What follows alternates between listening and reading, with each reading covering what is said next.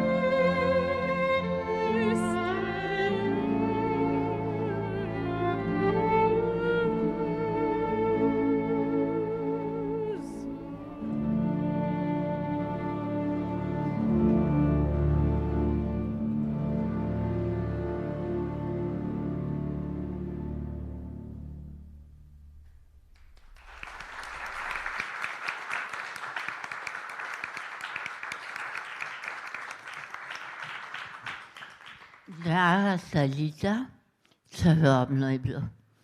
Hvala lepa, France Prešeren maha. Hvala lepa. Torej, naš večer se imenuje Pogovori o knjigah in ljudeh. Zato jaz ne bom predstavljala obeh pesnikov, ampak jo bom presenetila in si bom rekla, da sama kaj vse povej. Recimo, v najavi piše, da študiraš na Sorboni, ampak ti, ptičica, si poletela v novo študijsko mesto, v nov jezik, ker je hitro govoriš folk, Gitica. Ne vem, koliko zdaj tekoče, ampak ne vem, 5, mogoče kmalu 6. No, 7, 8, ja. Kaj bi ti Mlanisu povedala, ki bi te povabil v Parizu v bar na kozarec belega vina? Jana, povedala bi, da sem Gitica Jakopin, da sem stara 20 let in res je, zdaj sem pol leta študirala književnost na Sorboni, ampak so me zdaj tako kot si rekla, zanesla drugam, torej v bistvu ravno jutri imam prvi dan novega faksa in začenjam študij filma v Milanu. Se mi zdi, da me obe področji me že dolgo časa zanimata, ampak je tudi dobro, ker ju je zelo lahko povezovati, tako da kljub zaključku tega študija se mi zdi, da se ta moja književniška pot še ni končala. Potem ja rekla bi, da se mi zdi, da sem to ljubezen do pisanja in tudi do jezika dobila od svoje babice, ki je bila tudi Gitica Jakopin in je bila pisateljica, pesnica in prevajalka. Čudovita oseba. Res. Ja, jaz si nikoli nisem poznala, ampak sem pa dobila ime po njej in očitno tudi talent. Ja, nekaj strasti. Tako da se mi zdi, da je bila sigurno ona oziroma njeno delo, ki me je najbolj navdihvali in tudi potegnili v te vode. Ja, recimo. Ker Mlani se že vsi zainteresirali. Jaz bom samo to povedala, da si bila že v gimnaziji prvakinja državna v recitiranju števila pi. Ne vem, kakšne številke na hodnici imajo. Poleg tega je pa tudi igrala eno od glavnih vlog v Hajnem svetu 1, zdaj pa tudi v Hajnem svetu 2. Ja, pa še ne vemo, kaj še pride. Dragi Mlanis, zdaj si pa ti na vrsti. Ja. Mene te situacije od vedno tako v nelagodje spravljajo, tako, ko mi nekdo reče, povej par stvari o sebi, kar zamrznem, mogoče tudi zato, ker sem se veliko selil, menjal šole in potem bo treba vsakič neko tako stvar sestaviti na začetku leta. In pravzaprav sploh ne vem, kaj bi povedal, razen nekih biografskih, mogoče format. Lej, ti si popotnik, nomad, romar, tudi v duhovnem smislu, ne? Zagotovo. Gotovo, mislim, vsej smo vsi na nek način, pa se zavedamo ali pa ne. Ja, no. A je to dovolj? Ja, jaz sprejmem vse. Nemški filozof Martin Heidegger, ki je predaval o Aristotelu, je rekel, da je v njegovem življenju, pa ne, da se jaz kakorkoli primerjam z Aristotelom, no, ampak je zanimiva poanta, je rekel, da o njem je treba vedeti samo to, da se je rodil, da je mislil in da je umrl. Dobro, hvala lepa, Mlanis. Drugač pa Krške karavane, nagrajena pesniška zbirka.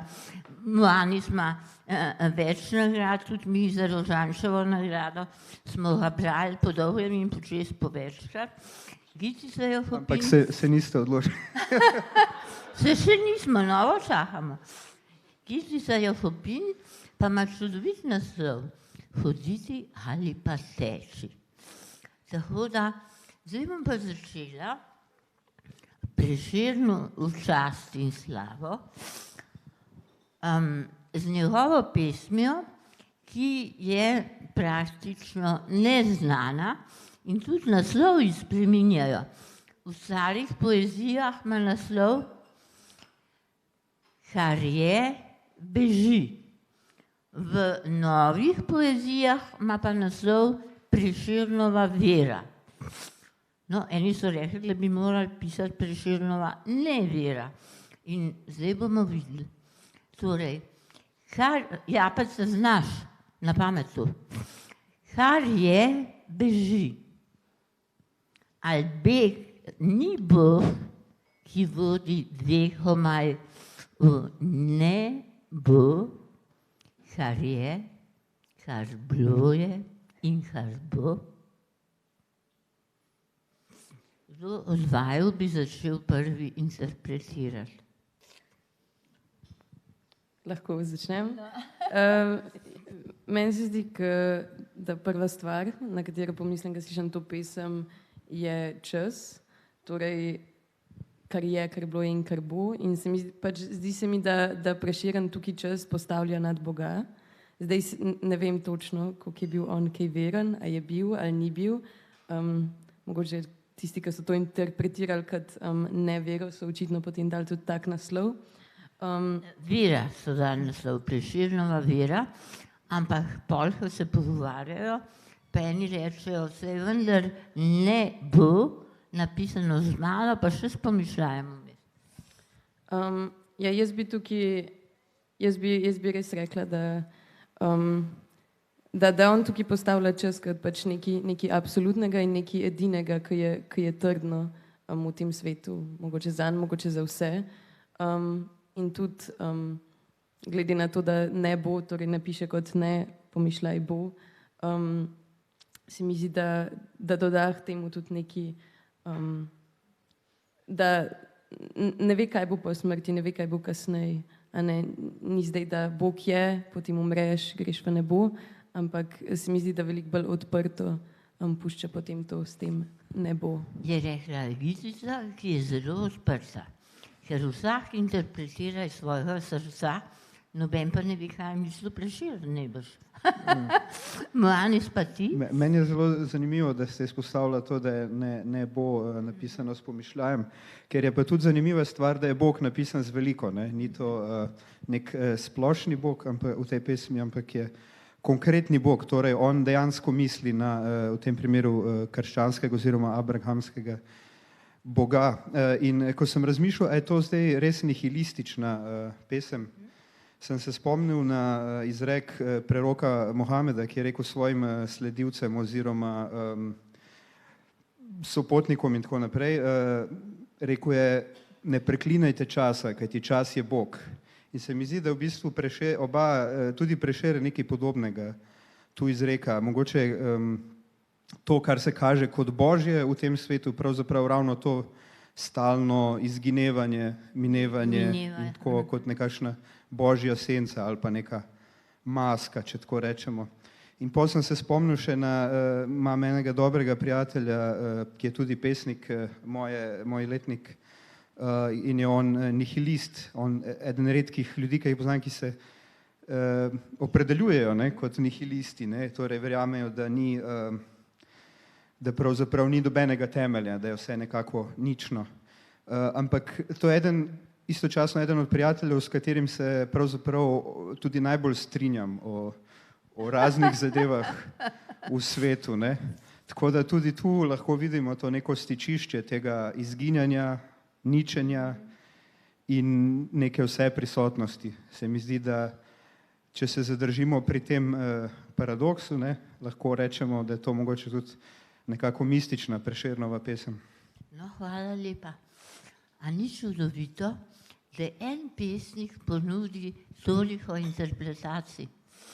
To je veličina pesnika, da vedno nosi v svojih verzih tudi skrivnosti, da ni vse razkrito in odkrito in potem mi sami potujemo van in z njim in v nebo. Hvala lepa obema. Zdaj se pa vidva na vrsti. Tako sem vaju prosila, če bo vsak prebral eno pesem svojo, pa jo bo drug interpretiral. Ker to se mi zdi najbolj zanimivo, da se odpira ta dialog, ne kaj pesnik mislil, to so grozna vprašanja za šolo, ampak kako jaz doživljam poezijo. Kaj jaz doživljam ob tej pesmi, ki jo boš ti prebrala? Okay, torej, začenjam. Jaz sem se odločila kar za prvo pesem v tej zbirki, ki je naslov Tam.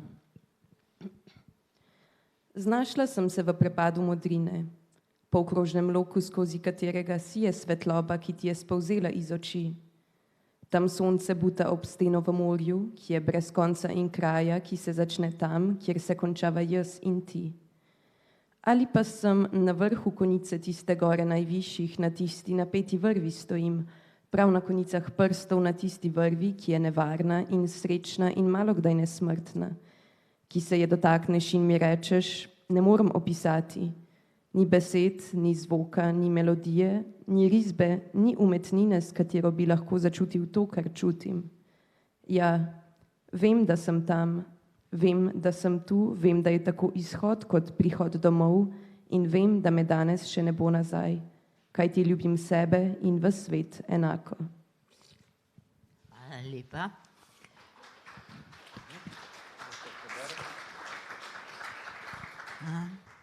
Kaj pa tudi malo mistična gizdica, a ne?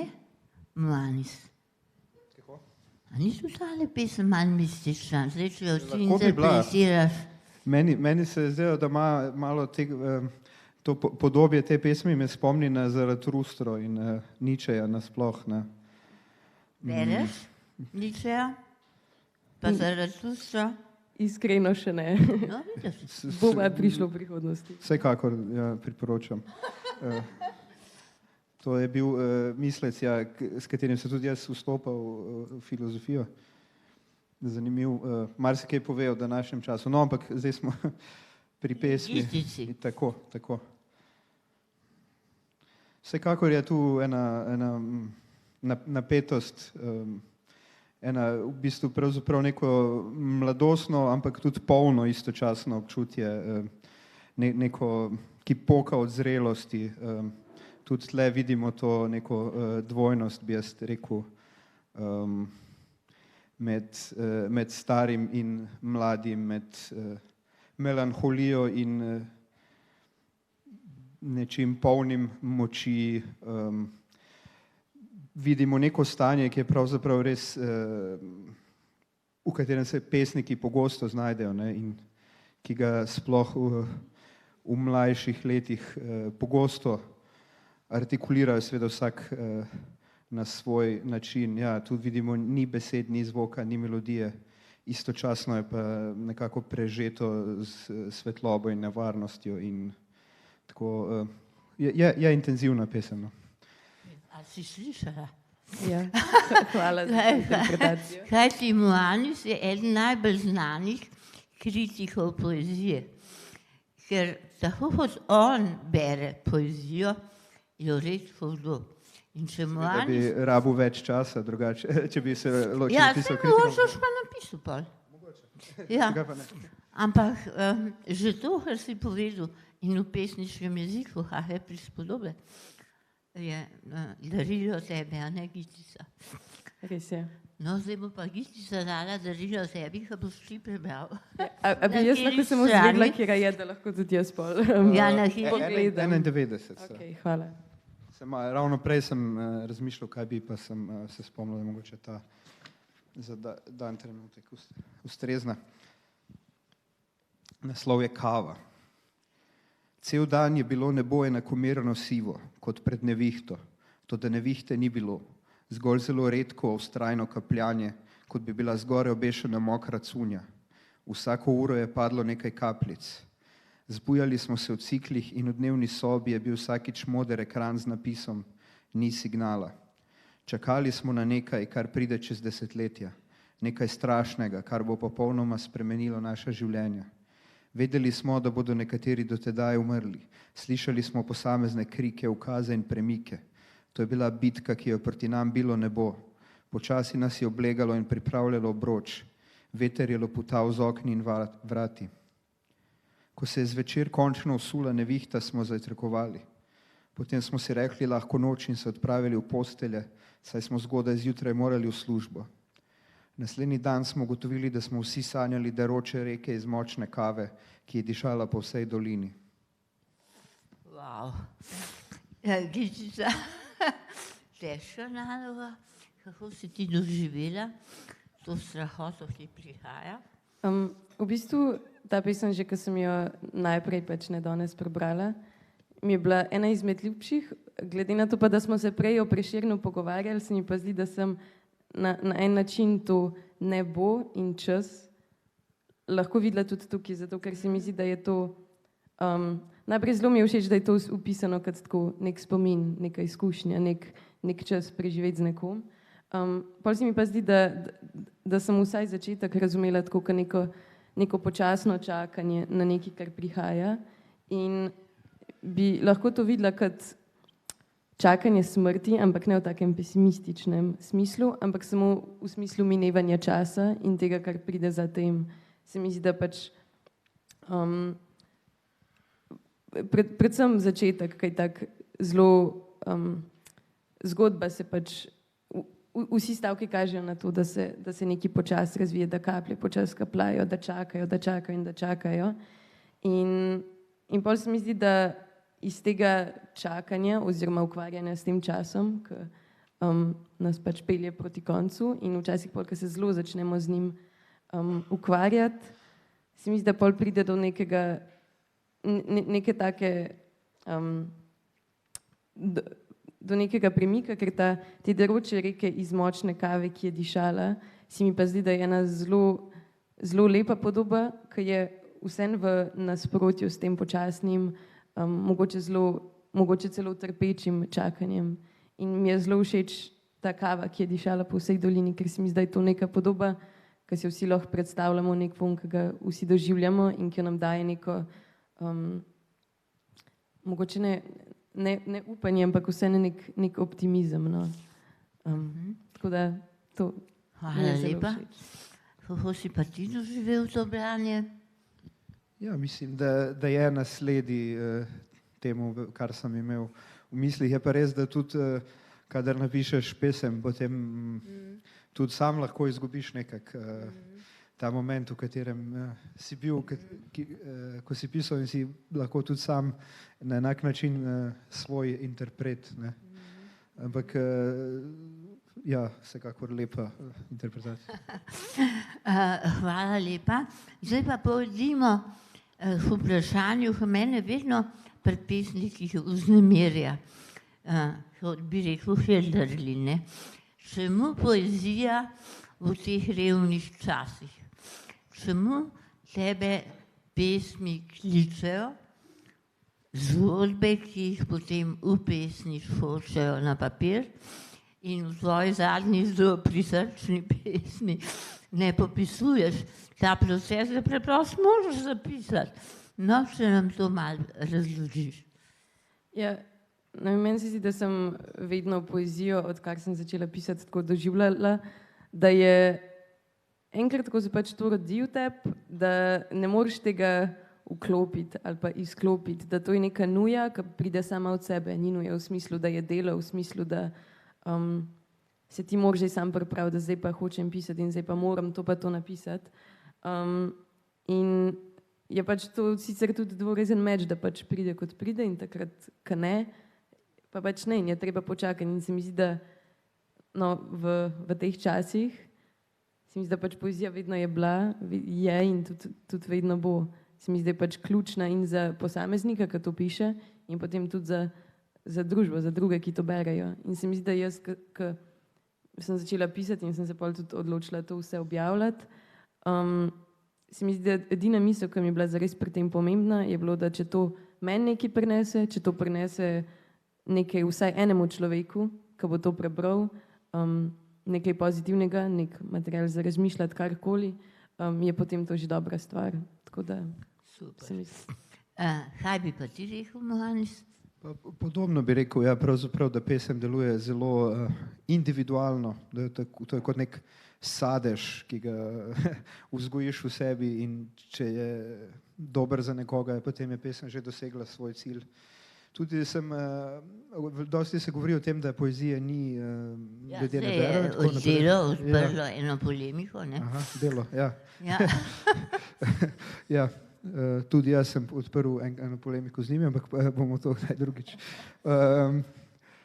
Skratka, hotel sem reči, ampak ima poezija, poezija ima zelo zvesto publiko, ne? Ima majhno publiko, ampak tako, ki je zvesta, ki je že malo fanatična, bi rekel na nek način, ki dejansko deluje kot skupnost, ne? Ni tako kot, ne vem, filmska industrija ali pa, ne vem, romanopisna industrija ne deluje na ta način, ne? Da se knjige samo krožijo in potem anonimni bralci to dobivajo, ampak kamorkoli prideš kot pesnik, so tam ljudje, ki se počutijo nekako tesneje skupaj. Ne?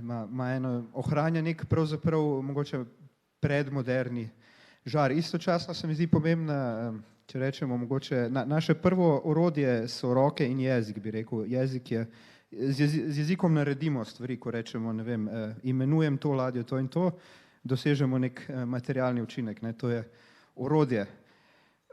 In zdi se mi v zadnjih stoletjih, da smo se nekako navadili svet dojemati izključno instrumentalno, ne? Da vse je podvrženo naši uporabi, temu, kako bomo z njim rokovali preko svojih orodij in tako naprej, ampak poezija to orodje jezika razklene, ga naredi za nekaj, kar ni orodje in odpre samemu svetu, tako da za trenutek ta meja med človekom in svetom izgine, se zlije, se zgodi nek dogodek polnosti, celosti. In zato je pravzaprav v tem svetu pomembna. Istočasno pa pesniki še vedno razvijajo jezik, tudi če mogoče je večina ljudi nekako ločena od tega, ampak to ima neke te verižne učinke, kapilarne učinke. Pesniki razvijajo podobe, učijo druge pisce, recimo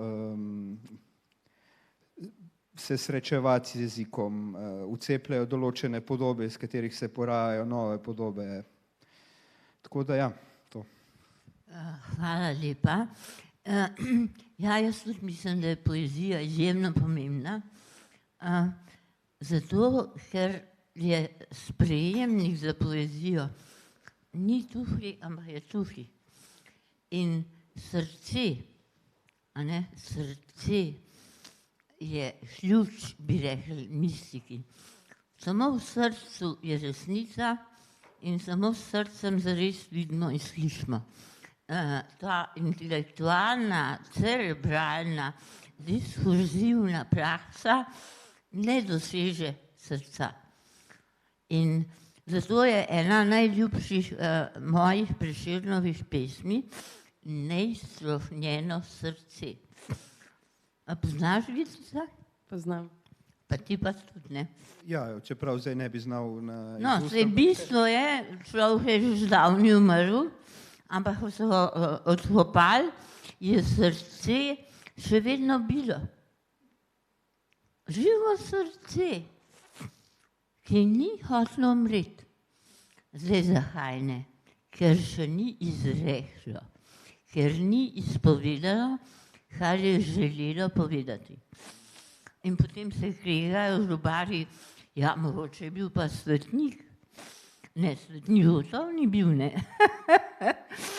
To preberite, saj imamo vsi poezije doma, ne. Res zanimivo. In tukaj imamo dva zdravnika za srce. Meni so zelo zanimive te zgodbe o operacijah srca.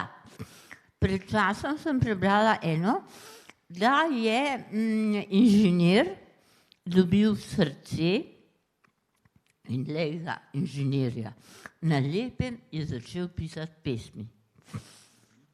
In potem se je skazalo, da je on dobil srce pesnika. In je sam začel pisati pesmi.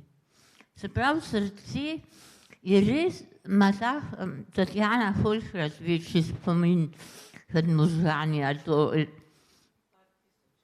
par tisočkrat. Torej, Pojdimo v srce, poslušajmo srce. Par tisočkrat je močnejše od naših možgani. Amen. Gitica bi ti ponudila še kakšno pesem, Moanisu? Lahko, seveda. Pa stran povej. Čakajte sekundo, da si eno izberem. Ja, ok. Bom prebrala abecedno pesem. Aha, stran. Ki je Bolj na začetku, bolj na a ne? začetku. Ja, ti si dala najboljše na začetek. Ja, Se meni ja. zdi. Ja, abecedna pesem je na strani 24. Eni pa to malo posipajo. Kako pa ti narediš, Moanis? Kako si izberem? Ja, kazalo pa vrstni red. Zdaj sem že to knjigo, tokrat sem nastopil, da približno vem, kje je kaj. Ne, ampak preden jo sestaviš, ker Gitica je zašibala, ful glas, jaz berem in pišem. Imamo pesnico, berte. Potem sem pa prebrala, da je kakšna pa ni tako močna, kot ti na začetku, kar je čisto logično, ker še pesnik napiše eno ali pa dve dobre pesmi, ki bodo šle skozi čas, je povsem dovolj. Tudi še ena sama. Ne, kamo li, da jih je več. Kako pa ti sestaviš zbirko? Dejansko ponavadi kar kronološko, potem kako so nastajale, pa če vidim, če je mogoče kje kakšna stvar, ki bi se ujemala s kakšno predhodno, pa potem jo mogoče vrstim nazaj ali pa naprej. Drugače pa to zelo preprosto pri meni. Ja. Nisem preveč dober v tem smislu aranžiranja zbirke kot take. Tudi naslov se te potem težko, najtežje je naslova zbirke se spomni, se mi zdi. Ja, to je po eni od pesmi, ne, tvoj naslov. A je? Mislim, Ja. da celo ni. Ja, noter. je, no, pardon. Zdaj Pa je. moram mojo najti. Jaz to tako natančno berem. Čakaj, bomo najdli. Nagrada kritiško sito. Nekje omenjaš. No, Ja, Hrste. krke karavane so. Ja. Ne bom zdaj iskala. Gitica stran, Stran 24. izvoli. Naslov je abecedna pesem. Anatomija bo ocenjeno čudeso dobrega eklektika. Fiu gobice. Hudičevo imenitna jutranja kriza, ljubezni med nogami, obrazom pod rjuho, s šepetom, tankim, uvelim, vražim za ženina. Čim si rekla gobice, sem jaz pogledala tvojega očeta, znanega Jabca Jakopina, ki noro dobro recitira Šalamuna. To ga ni boljšega od sebe. In ti si morala kar naprej poslušati, ko on recitira očitno je pustila Šalamuna. nekaj. Ja, torej z materinim mlekom je tudi Šalamun vate zlezel Ja. in ga je veliko v tej zbirki. Ja, ga je. v Ti več si pesmih. kriv, oče. No, Moanis, Ja, ta pesem se mi tudi zdi, da gre tako nekako v obe smeri. Vsaka beseda je vers zase, začenja se z veliko črko, z vsako besedo dobimo en delček podobe, tako malo skoraj kubistično in se zdi, kot da istočasno je eksplozija nekega občutenja in neka implozija, kot da se stvar sesuva sama vase, kot da je to nek pravzaprav večer po mogoče divji noči, prekrokani noči ali karkoli, ne, ki ga lahko v tem trenutku doživljaš zelo odprto, ne, lahko gre v katerokoli smer, ja. Tako da se mi zdi, da forma se ujema z vsebino pesmi. kar je odlično. Ti bi moral učiti v šolah poezijo in potem bi imeli otroci poezijo radi. Ja, mogoče ne bi sam sebe hvalil, ampak verjetno bi bilo v povprečju mogoče boljše. Hvala, krasna interpretacija. A ne? Si zadovoljna? Sem zelo. No, zdaj pa ti njej stran. Bom 106. Naslov je pa Akšam, to pomeni somrak oziroma čas, ki pride tik pred nočjo ob sončnem. Enkrat preberi beseda. Akšam, to je iz turščine pravzaprav, ampak v bosanskem jeziku se tudi kot turcizem se uporablja. Ja. Aha.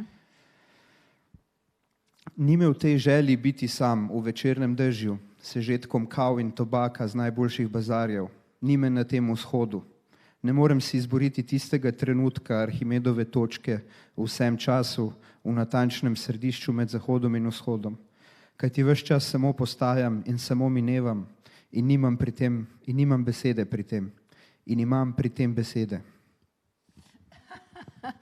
Super bi rekel Rožanc, paradoksalna eksistenca. Ne? Absolutno. Ja. Gislica pa kaj pravi? Ja, meni se drugače zdi, da ta akšam, torej ta del dneva zelo, ko sem pač brala zbirko, se mi zdi, da je en trenutek dneva, ki tudi pogosto se pojavlja v pesmih, se mi zdi, da sem to opazila. In tukaj se mi zdi, da gre, jaz to razumem kot nekako nekaj, ki se mi zdi tudi zelo univerzalna tema te zbirke, kot sem jo izbrala, torej nekega prehajanja, nekega popotništva, nikoli ob istem času... Fluidna identiteta, reče v sociologiji. Ne? Gotovo, tudi to, ja. Mislim, meni se zdi zelo zanimivo in opet tej pesmi, če lahko samo avtor širim na interpretacijo pač zbirke, ko sem jo to razumela. Se mi zdi, da mi je zelo všeč ta kontrast, da je ob enem prehajanje in fluidnost in nikjer ni tega ustavljanja, ampak je ob enem to zelo poudarjena individualnost in to, da si ti, da nekje stojiš. In mi je zelo všeč in se mi zelo zdi, da zelo dobro funkcionira to dvoje skupaj. Ob enem prehajanje, ob enem, da smo vsi popotniki, ampak in nimamo besede pri tem, kakor je zapisano in imamo pri tem besede. Torej, da jaz bi to interpretirala kot, da Moanis najbrž tudi poleg drugih stvari skozi poezijo proba začrtati to svojo pot oziroma to svojo eksistenco, čeprav smo vsi le popotniki in prehajamo pri tem, ampak poezija je ena stvar oziroma besede so ena stvar, ki nam lahko mogoče pomaga usmisliti to, kje smo in zakaj smo. Ja, gotovo. Dejansko je paradoksalno, da včasih rečemo, od rojstva umiramo, ne, da smo obsojeni na smrt, ampak dejstvo je, da večino časa se tudi neprestano izgrajujemo, ne, naši celice se obnavljajo, dobivamo, izgubljamo težo, se prečiščujemo, zastrupljamo, razstrupljamo in tako naprej. Smo ena taka pravzaprav hiša z odprtimi vrati, no, s katero skozi veter gre. Ne? In jezik, pesem je tisto, mogoče kar te lahko v momentu fiksira in kar te lahko zares udomači v času. Tako da mislim, da gre interpretacija v pravilno smer. Udomači v času. Zdaj pa vsak od nas premišljuje, kaj mene udomači v času. Pesem. Zato jih vsak dan berem in ni dneva, da ne bi brala poezije, odkar se zavedam. In se tako lepo si povedal, udomačim v času. In svetu, ker v tej pesmi ti vzhod in zahod, a ne, odpiraš. In pri tebi je meni zelo všeč, ker nastopajo vzhodnjaški pesniki in moji ljubi sufiji, ti še petajo na uho. Ta tradicija je močna pri tebi, ti si pa moderna pesnica. Te pa moderni pesniki v različnih jezikih in potem še ti pišeš v francoščini, v italijanščini. Ti pa, a veš, da sploh ne vem, kako je v bosanščini. A poveš en vers v bosanščini ali pa dva? Hotel sem poseči po telefonu, da bi kaj po Googlu, ampak zdaj si me pa dobila tako ampak pa reč, ne vem, kar češ. da slišimo ta jezik. Sej, Ampak moj jezik, moja govorica dejansko ni avtentična, je pravzaprav mešanica vseh možnih dialektov, vključno z slovenskim. Tako da ne vem, če bi dal najbolj avtentičen izraz. Seveda je pa moj materni jezik, ja, do 5. leta sem govoril izključno ta jezik, ampak spet je tu ena zanimiva reč, da moji starši sodijo v ljudstvo, ki se danes imenuje Bošnjaki, ampak niso prav iz Bosne, temveč iz regije, ki se imenuje Sandžak, to je nekje na jugozahodu današnje Srbije med Črno goro in Bosno in Kosovom in Srbijo in je ena zelo specifična regija, majhna, zelo napeta in intenzivna, ker tudi mešajo in ekavsko in iekavsko in imajo zelo zanimiv naglas, ne, ki je precej pojoč, spominja na črnogorskega, ampak se čutijo tudi albanski vplivi in tako naprej, ki ga pa tudi ne bi znal, preden sem dol 5 dni obnoviti, no, ker je tako specifičen. Kakšne zanimivosti. Takoj sem videla husle, pa ne vem, če so. Gisica, zdaj pa še nekaj svoje ljubezni do jezikov, za katere so seveda krive domače razmere. Ampak je zanimivo, da pišeš tudi v tujih jezikih. To je pa malce nenavadno za pesnika, mar ne? Spomnil sem se 2 verzov, ki jo zelo rad omenim, od Njegoša. Govori. Šta je čovjek, a mora biti čovjek. Dober je bil Njegoš. Ne glede na vse, kar se mu danes učita, vsekakor vrhunski pesnik. Ja. Še enkrat ponov, prosim. Pravim, ne glede na to, kar mu nekateri... Ne, o človeku. Šta je čovjek, a mora biti čovjek.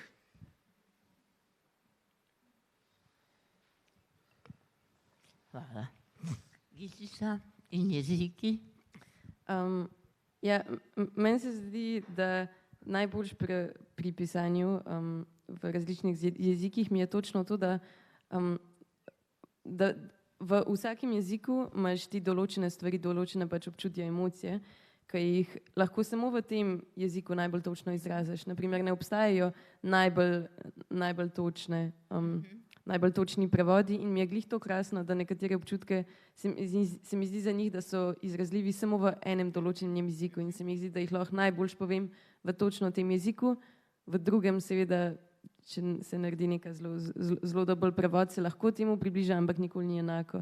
In mi je glih to najbolj fascinantno in najbolj navdušujoče pri tem, da glede na to, kjer stvari hočem izraziti, si potem lahko jezik zberem, ker se mi zdi, da najbolj opiše ta točna občutja. Te pa vzela, če že malo angliščine, ne če že.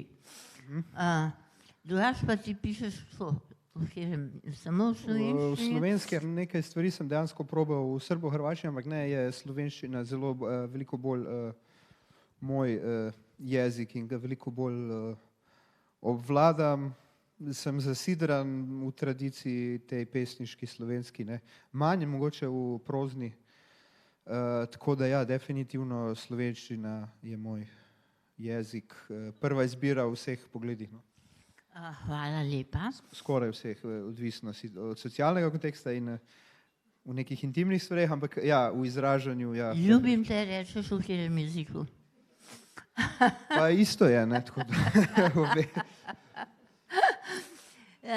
čeprav pomeni različno, ne, ljubim te, v srbo-hrvaščini pomeni poljubljam te. Zdaj nas bo pa poljubljala spet Talita Sofija Homel. Ne vem, v katerem jeziku boš to naredila, Talita lepa. V katerem jeziku nas boš poljubljala? Aha, samo momentek. Zdaj pa je? Ja. Ta je pa dejansko v norveščini, ker je iz del suite Per Gynt, ki jo je napisal zelo znan norveški skladatelj Edvard Grieg. Hvala.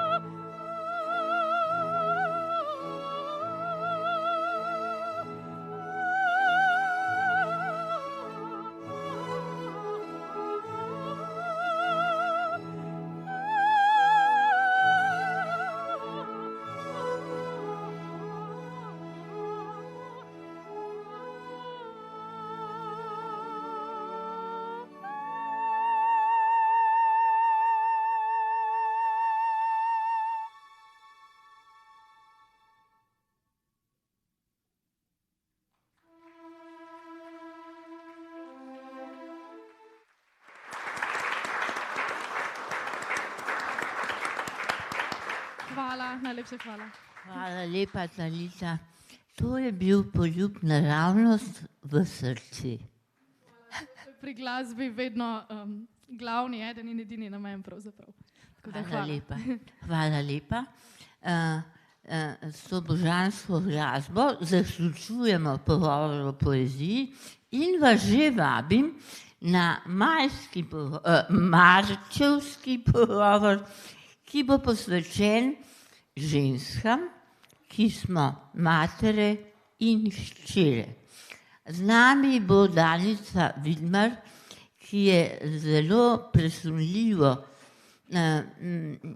izpovedala svoje izkušnje, pa tudi strokovne poglede na odnos med odraslim otrokom in materjo. Naslov je Deklice brez gnezda. In druga je Lucija Čevnik, ki pa je napisala drobno knjigo z naslovom Mama hčeri. Kaj bi hčerka morala slišati, pa je mati ni takrat povedala. Tudi Danica govori o tej temi. Danica Vidmar je z nami, pokaž se, Danica. Hvala lepa.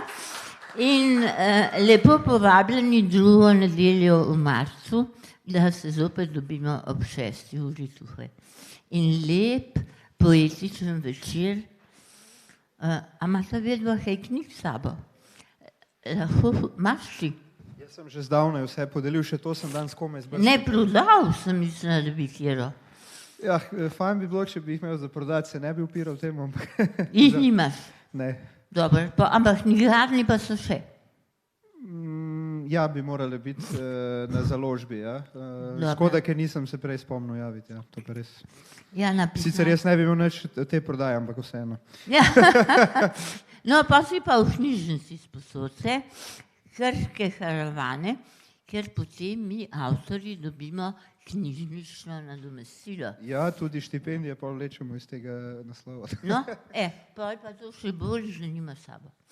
Imam pa jaz še svoje, imam jaz te zbirke s sabo in potem pa še svoje Ta prve, prva. ki sem jih pa s tvojo vnukinjo. Ja, vnukinjo fotografijo, tle nismo fotografije omenili, ker Prešeren je bil brez fotografije. Tako da, hvala lepa, pri Gitici dobite pesmice, pri Moanicu pa napotilo v knjižnico. Lahko tudi na založbo, da ne bo kaj narobe razumljeno, pa da oni ne bodo narobe razumljeni.